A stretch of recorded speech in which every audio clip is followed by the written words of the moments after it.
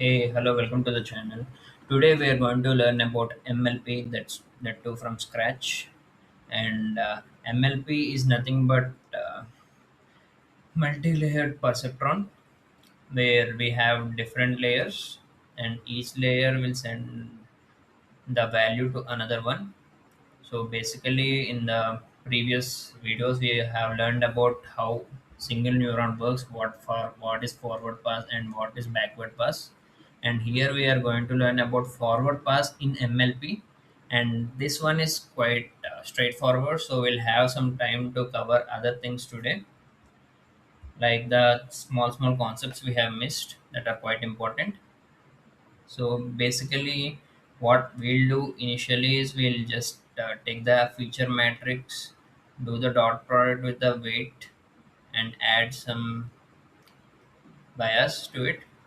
So this is the basic one, and after that we'll apply ReLU or sigmoid based on the requirement, and after that we'll use this to do back propagation.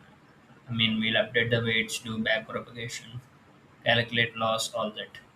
So, I mean, the current video is only about the forward pass in multi-layer networks. So, the same thing, but this will be in a loop in simple terms. In better terms, we'll just have multiple layers. So, we'll feed the same thing again and again until we get the real good value of, I mean, we get some good value from this. This MLP is also called as feed forward neural network. There are other neural networks too, like CNN, RNN, and there are some other models too. But here in feed forward network, this is mostly used for email spam filters, image classification, all that stuff. So basically, we'll just go through the weights, I mean, the length of the weights, and apply the forward pass, but in a loop. That's the gist of it. And let's write some code today because it is pretty straightforward and not much to really think about. Let's write some code. So initially we need to go through the length of the weights, and after that we need to take the x value, I mean the matrix, and we'll just need to do this.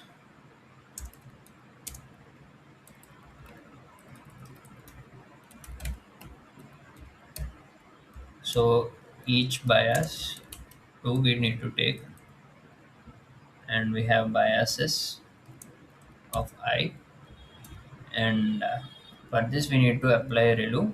So if I is less than length of the weights, that means up until the last block we need to apply ReLU, and that will be x equal to np dot maximum of the 0 and x, and in the end we'll just return the same stuff, x, but we'll just round it off up to 5 places. Let's run this.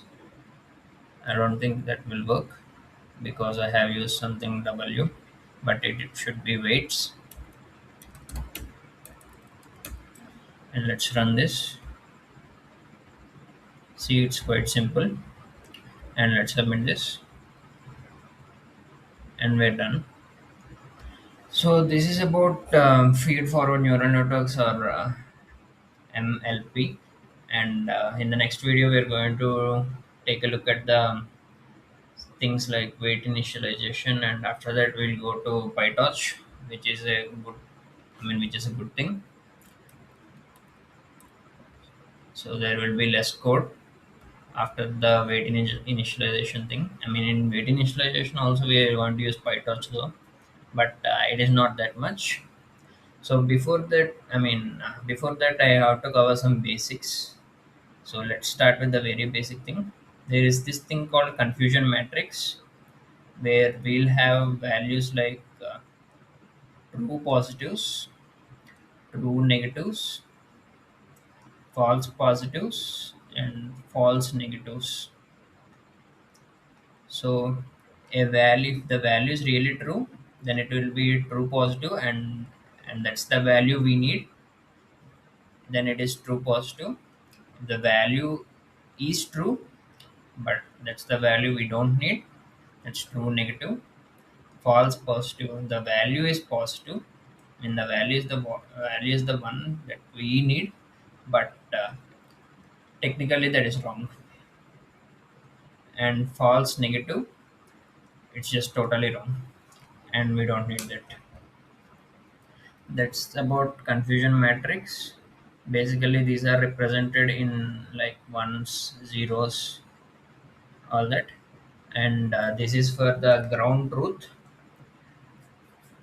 And we have to think in the lines of a model. If a model correctly predicted a value of negative class, then it is true negative. You have to think in classes here. And false positive and false negatives, these are errors. One is type 1 error and other is type 2 error, and these two are needed because we have to use them to compute some metrics. These, I mean, the other things too. These are related to metrics like this. There are four metrics. They are pretty basics. I don't know that we have others maybe. One is accuracy, the other one is precision, and recall, and the last one is F1 score. These are some metrics that needs to be remembered. And let's go through the first thing, accuracy. So what's accuracy really is? That means the overall percentage of correctness I have is accuracy. And what are the correct values I need? They should be true. That's the first principle. So we have to take the sum of these, true positive and the true negative, to the total of the all values we got. That will be true positive, true negative, false positive, false negative. So the average correctness we will have, that's accuracy. And coming to the next one, that is precision. So precision is something like this. So let's say you have predicted few values that will be under in the confusion matrix, whether they will be true, they will be false. Out of all the predicted values, how many, I mean the count of positives, how many of them are positive? So that will be true positive, I mean they should be correct and positive, to the total of, in this corrected, I mean in these predicted values, there can be true positives or false positives, but we need the true positives percentage, I mean true positives value. So that will be averaged with the true positives plus true positive plus false positives. And next thing is recall. So let's see what's recall is. Recall, also known as sensitivity.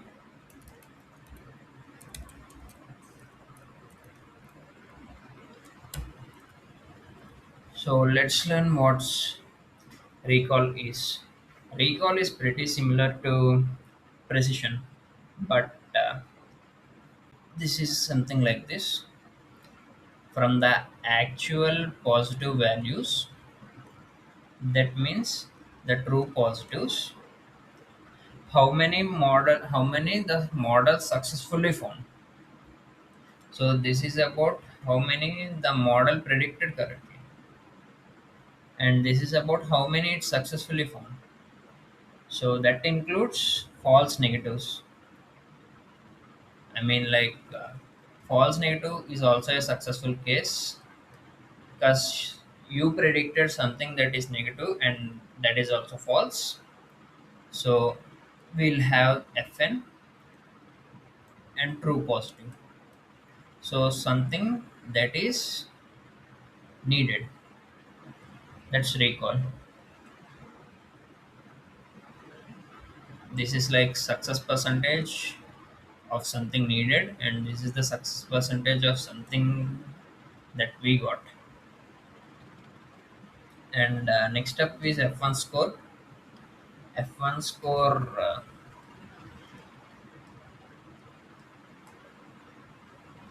is just the harmonic mean of precision and recall.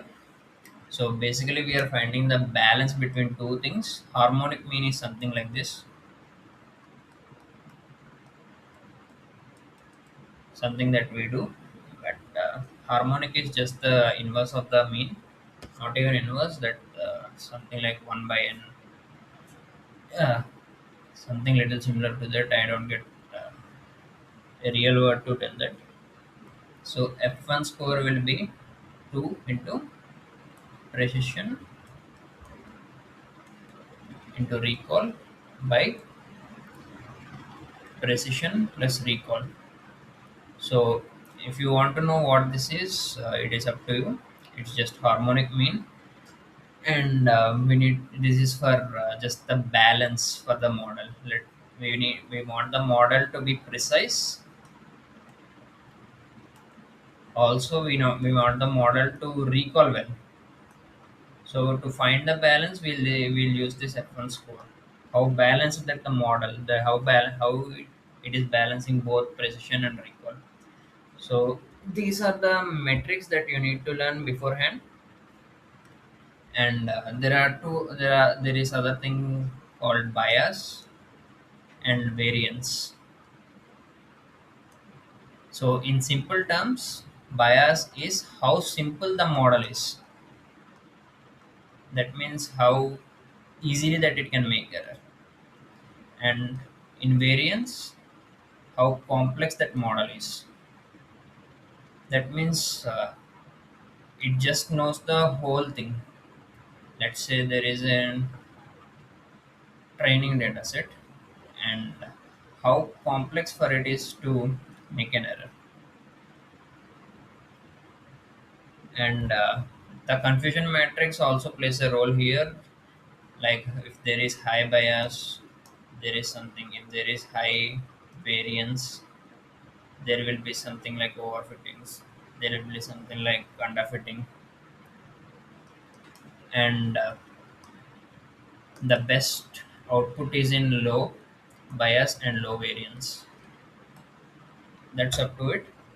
And overfitting is just the model is learning too much. It memorizes everything, and underfitting is just it can't perform well with unseen data. And there are two simple things that we need to remember before training a machine learning model: epoch and batch size. Epoch is just one loop, I mean one total loop in the grand scheme of things that that is needed to cover the whole data set. That's called epoch. And batch set is like batching of samples before updating weights. There are other things called dropouts, vanishing gradient, exploding gradient. I don't think we really need to check all these. These are simple things. We'll eventually know while training the models. So right now, these are the things I have skipped, and these are pretty straightforward. If the video is unclear, please go through again. But these are the most of the times these are the things we'll hear. while training a model. So always remember, everything is a loop, but there will be rules, and in every loop there will be a mistake. And the performance of a model never depends on how many times we have go through that model. It always depends on the data we have, the quality of data, and how much I mean how many underlying patterns are there in the data. So as far as the data is good, the model will be good. Same thing applies to AI too. If the real world data is good, everything will be good. But I don't think real data is good. Anyways, thank you for watching. In the next video, we are going to learn about weight initialization. So please like, share, and subscribe.